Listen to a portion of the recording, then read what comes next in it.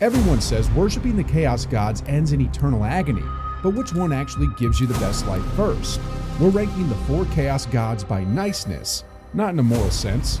They're all terrible, but in terms of quality of life before your inevitable downfall. Think of it like a cosmic cost-benefit analysis. We'll score each god's gifts based on 2 scientific factors: short-term benefits, things like emotional comfort, physical health, power or stability, and long-term consequences, meaning mutation, psychological collapse, or eternal suffering. Then we'll average them out for a final score on life satisfaction, before the whole galaxy forgets your name. So strap in, because we're about to analyze cosmic damnation like a wellness program. And we'll start with the jolliest source of rot in the galaxy, Grandfather Nurgle himself.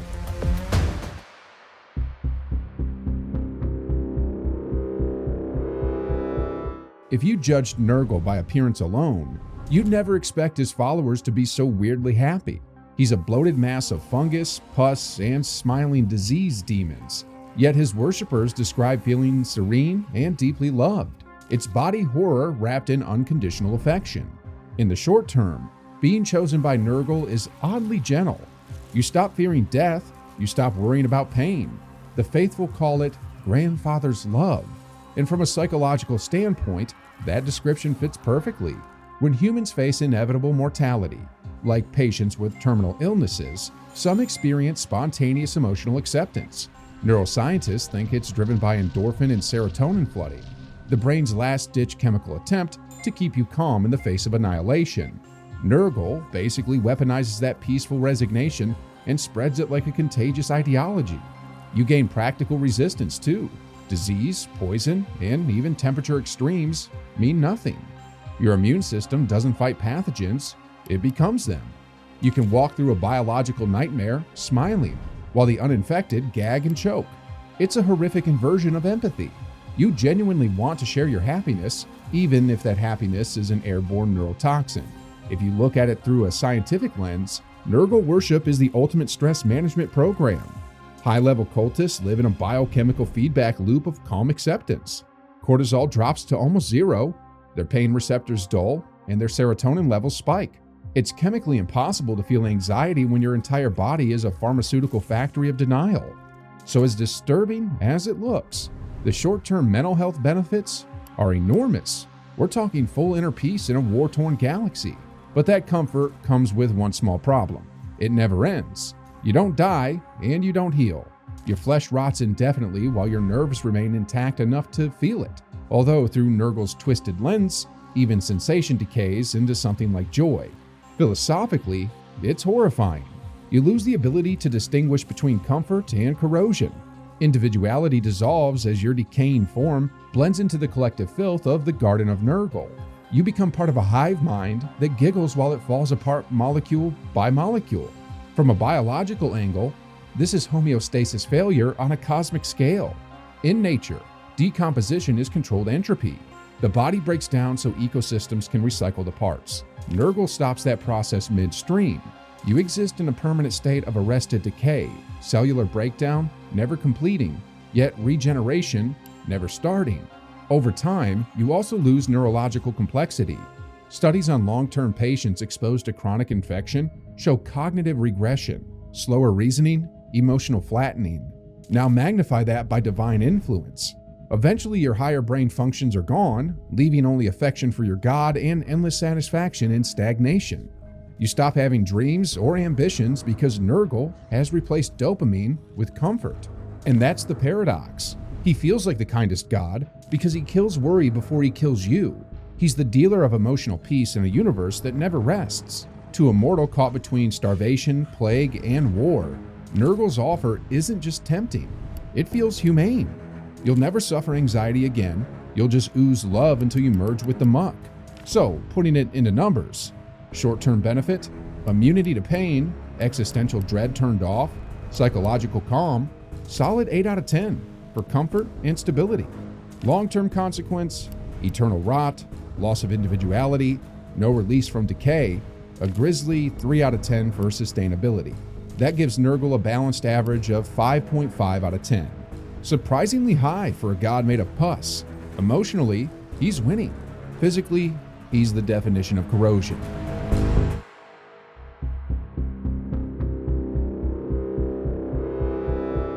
Serving Tzeentch starts like plugging your brain straight into the universe's mainframe. Everything makes sense at once. Every complex pattern, every secret, every equation. They click. The god of change, knowledge, and sorcery offers you what humanity has chased since it first gazed at the stars: infinite understanding. And that hit of revelation feels incredible. In the beginning, a follower of Tzeentch experiences the mental equivalent of a superconductor going online. Your memory sharpens, your creativity explodes, and you process information at frightening speed.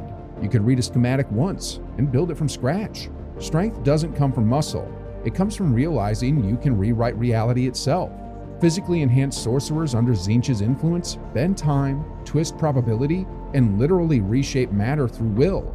It's the purest expression of dopamine-fueled mastery the galaxy allows. From a neuroscience perspective, Tzeentch's gifts look a lot like stimulant overclocking.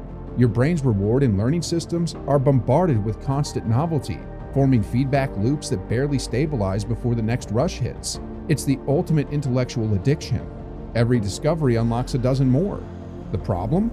That system doesn't shut off.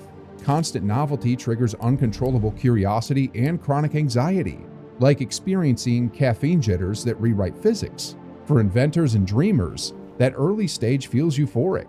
The rush of mastering your destiny is stronger than any drug you can imagine. You build, you plan, you evolve. Your success reinforces the illusion that you're finally in control. But here's where the cosmic prank begins. Control under Tzeentch is impossible.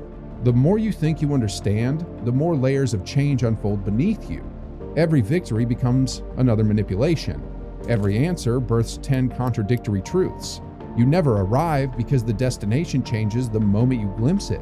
Physiologically, your body can't sustain that much change either. The human genome depends on stability. Its code requires long-term consistency. But Tzeentch's blessings operate like a malignant version of adaptive evolution.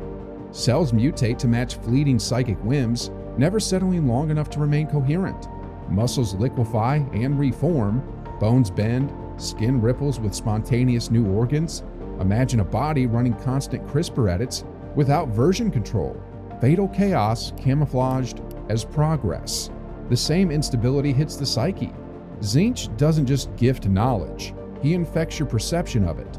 Cognitive psychologists call it hyperstimulation-induced depersonalization, the threshold where excessive novelty causes reality itself to lose stability.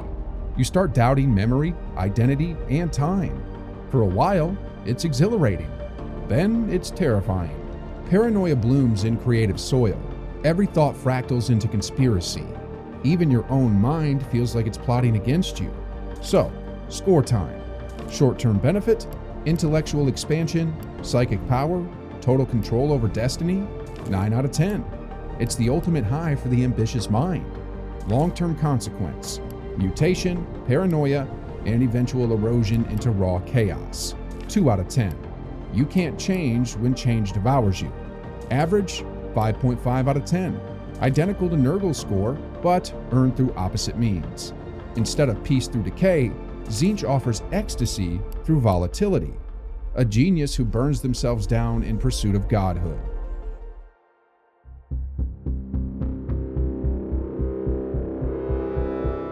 Serving Khorne feels like switching off every soft part of humanity and running your brain entirely on adrenaline. In the lore, he's the blood god, the lord of skulls, but biologically, he's what happens when stress hormones become religion. The moment his influence hits, fear disappears. No hesitation, no anxiety, no second thoughts. Just a continuous fight or flight response with the flight part permanently disabled. For a follower of Khorne, life actually improves fast.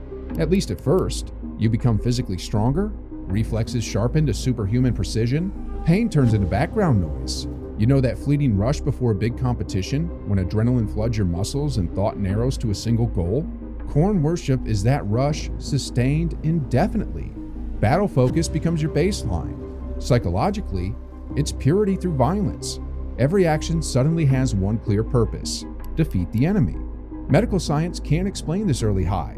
Chronic adrenaline release increases glucose metabolism and temporarily boosts oxygen flow through muscle tissue. The heart enlarges, coordination peaks. Even fear's hold on the amygdala ruptures. To a normal soldier in the nightmare of 40K, this would feel like divine mercy. No nightmares, no trauma, just clarity. The universe finally makes sense. Kill or be killed, and you're very good at the former.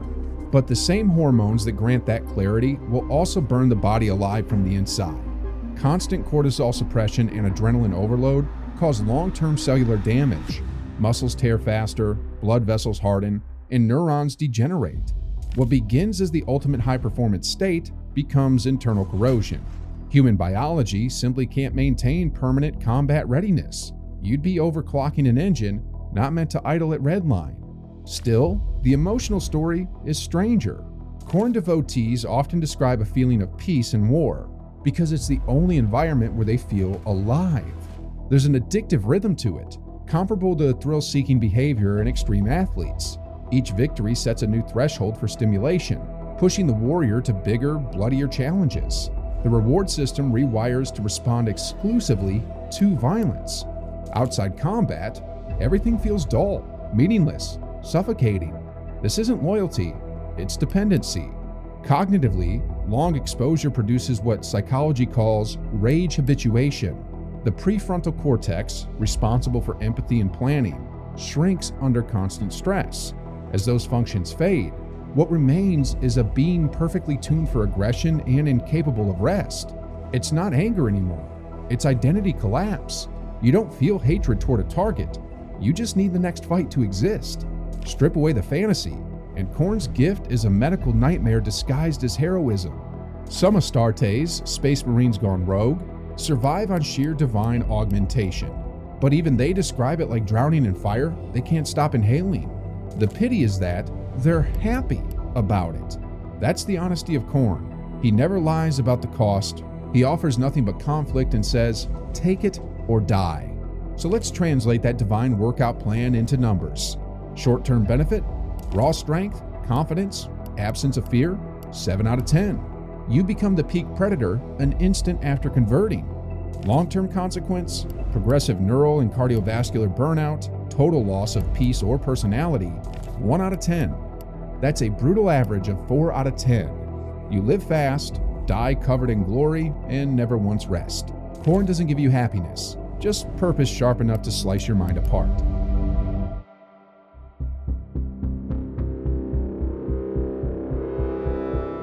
Serving Slaanesh begins as the euphoric opposite of every other chaos bargain. There's no pain, no decay, no struggle, just perfection. Every nerve fires with divine synchronization. Food tastes celestial, colors shimmer beyond the human spectrum, and even breathing feels like art. Followers describe it as touching heaven with every heartbeat. From a biochemical standpoint, that's what happens when the brain's reward system detonates. Dopamine, serotonin, and oxytocin surge until normal limits dissolve. It's essentially transforming your nervous system into a perpetual fireworks show of pleasure.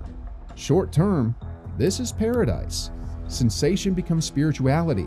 Musicians create symphonies that rewrite physics. Lovers experience intimacy so intense it blurs into telepathy. Warriors fight in balletic ecstasy. Imagine sobriety erased from existence.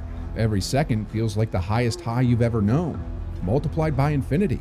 You don't need drugs. Your god is an endogenous stimulant factory. Scientific analogies exist. Advanced neural implants that overstimulate reward circuits in lab rats cause them to starve rather than stop pressing the pleasure lever. A Slaaneshi cultist is the experiment scaled to cosmic proportions. For a time, this overstimulation feels sustainable. Sensory feedback loops stabilize at superhuman thresholds, pain receptors rewire into pleasure conduits. You can run flat out through acid storms laughing because agony itself feels like another texture of joy. Philosophers might call it the culmination of hedonism, when experience supersedes meaning. But neurons weren't designed for eternity. Every firing requires chemical fuel, and endless demand collapses the system. The longer the devout pursue perfect experience, the higher their tolerance climbs. Soon, the soft sensations dull. Euphoria fades into craving. That's when the real fall begins. The body chases stimulation like an addict during withdrawal, escalating to extremes. Worshippers attempt to fill that void with art, destruction, and indulgence until language stops describing the experience. Many become literal embodiments of overstimulation. Skin iridescent, organs elongated into instruments, faces locked between laughter and agony. Sensory collapse ensures they can never reach equilibrium. On a conceptual level, they cease being individuals. Their sensations given shape. Eternity becomes one sustained, unbearable note. Still, it's easy to see why people fall for it. Slaanesh offers the highest immediate payoff imaginable. In a universe defined by suffering, she transforms existence into joy, if only for a heartbeat. Psychologically, that's irresistible. The tragedy is that the system guarantees failure. The more pleasure you feel, the less it matters, until the only remaining novelty is self-destruction. Time for the math. Short-term benefit, absolute sensory and creative bloom, transcendent euphoria. 10 out of 10. No one delivers a better first impression. Long-term consequence, total neural burnout, sensory inversion, eternal torment through overstimulation. 0 out of 10. The system collapses under its own existence. That leaves Slaanesh with an average score of 5 out of 10. A tie between ecstasy and annihilation. You start as a supernova of sensation. It's the happiest road to unending pain imaginable. Fourth place, Khorne with 4. Strength without peace. Third, Slaanesh at 5. The Addict's Paradise. Second, Tzeentch, scoring 5.5. Brilliance collapsing into chaos. And first, by a nose full of pus, Nurgle, also 5.5. Winning on tranquility. The nicest god is the one who helps you stop carrying your doom. Which cosmic nightmare would you choose? Comment your ranking and subscribe for more dark science from the universe of Warhammer 40k.